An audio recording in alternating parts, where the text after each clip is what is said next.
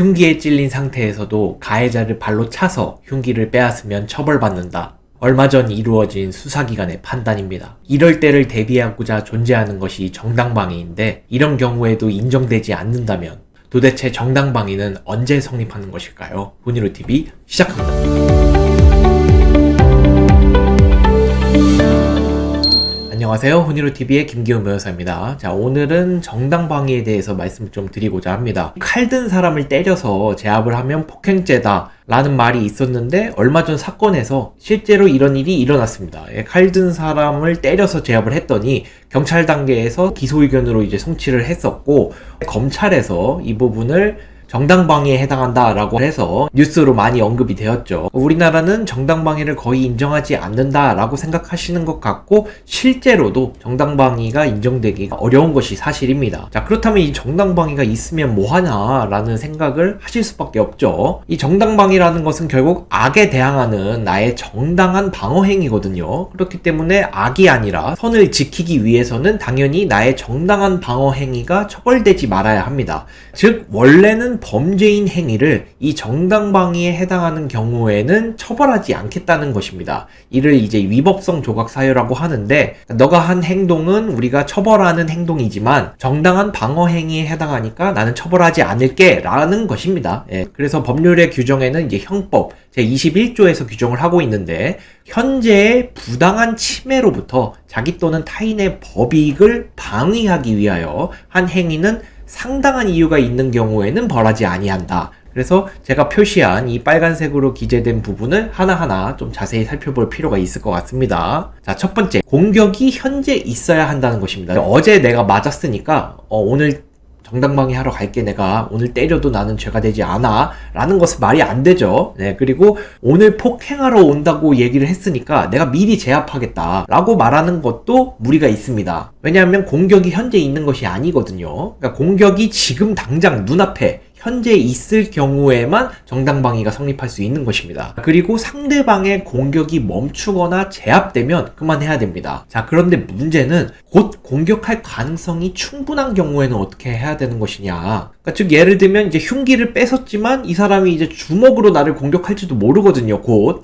자, 이런 경우에 이루어진 행동이 과연 정당방위에 해당하느냐, 이 부분이 일반인이 생각하는 정당방위에 대한 인식과 법리상 인정되는 정당방위 사이에 괴리가 큰 부분인 것 같습니다. 흉기를 들고 공격하는 사람을 발로 차서 넘어뜨린 행위는 현재 흉기를 들고 공격하고 있기 때문에 현재성 요건을 충족할 수 있습니다. 그런데 흉기를 들고 넘어진 사람이 여전히 이제 흉기는 들고 있는 상황이죠. 이런 경우에 내가 발로 차서 그 흉기를 뺏는 행위는 정당방위에 해당하지 않을 가능성이 있습니다. 그러니까 나한테 다시 공격을 할 것이라는 것은 어떻게 보면 가정이거든요. 그래서 현재성이 충족되지 않는다고 판단할 가능성이 있고, 최근 사안에서 경찰이 기소 의견으로 올렸던 이유도 아마 현재성 요건을 충족하지 못했다고 판단했을 가능성이 높습니다. 즉, 그 가해자가 흉기를 들고 있었지만 넘어져 있었거든요. 그렇기 때문에 굳이 발로 차서 뺏은 행위는 결국 현재성 요건을 충족하지 않은 것이 아니냐, 이 부분이 좀 이해가 안 되시고 답답하실 수 있어요. 상대방 공격이 멈춘 것인지, 그러니까 다시 공격을 또 할 것인지 어떻게 아느냐는 것이죠. 다시 공격할 가능성이 100%라면 현재성 요건이 충족하는 것이죠. 그런데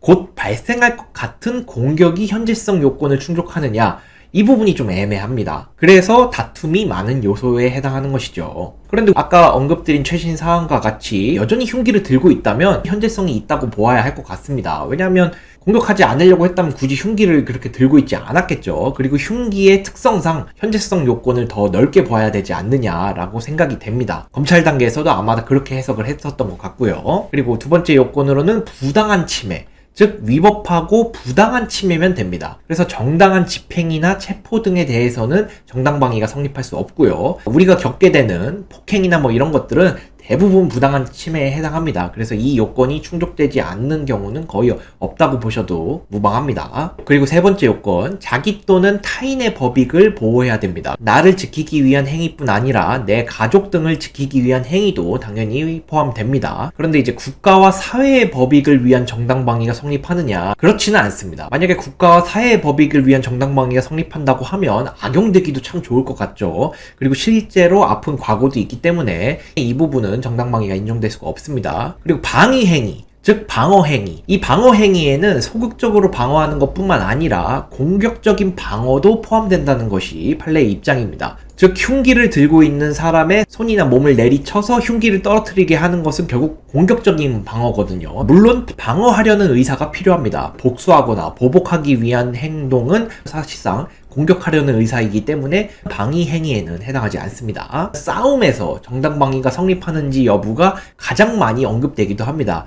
그런데 이 싸움은 공격과 방어가 동시에 이루어지게 되어 있습니다. 즉 방어 행위인 동시에 공격 행위인 것이죠. 이런 일반적인 싸움은 정당방위가 인정되지 않습니다. 단 싸움이라고 하더라도 내가 일방적으로 당하는 상황이라면 정당방위가 가능합니다. 그래서 시비로 인해서 싸움이 붙으면 그 자리를 피하거나 방어 행위만 하시는 것이 가장 현실적이긴 합니다. 만약에 내가 공격 행위가 조금이라도 들어갔다면 정당방위로 인정될 여지가 별로 없고 결국에는 서로 폭행죄가 인정될 가능성이 높습니다. 그리고 마지막으로 상당한 이유. 문구만 보더라도 정말 애매합니다. 즉 정당방위가 인정되기 위해서는 상당한 이유가 인정되어야 한다. 참 이게 사안 따라 결국 판단을 달리 하겠다라는 것입니다. 자, 이 상당한 이유라는 것은 과연 방어 행위가 적절했는지 그리고 그 방법뿐이었는지를 판단하기 위한 부분이라고 생각하시면 됩니다. 즉 이런 질문을 하는 것입니다. 정말 불가피한 행동이었을까? 정말 그 정도로 했어야 하는 행동이었을까? 정말 그 방법이 최선이었을까? 즉 다른 방법도 너가 선택할 수 있었잖아. 근데 우리는 컴퓨터가 아니잖아요. 우리가 그 순간에 모든 가능성을 열어두고 최선의 방법만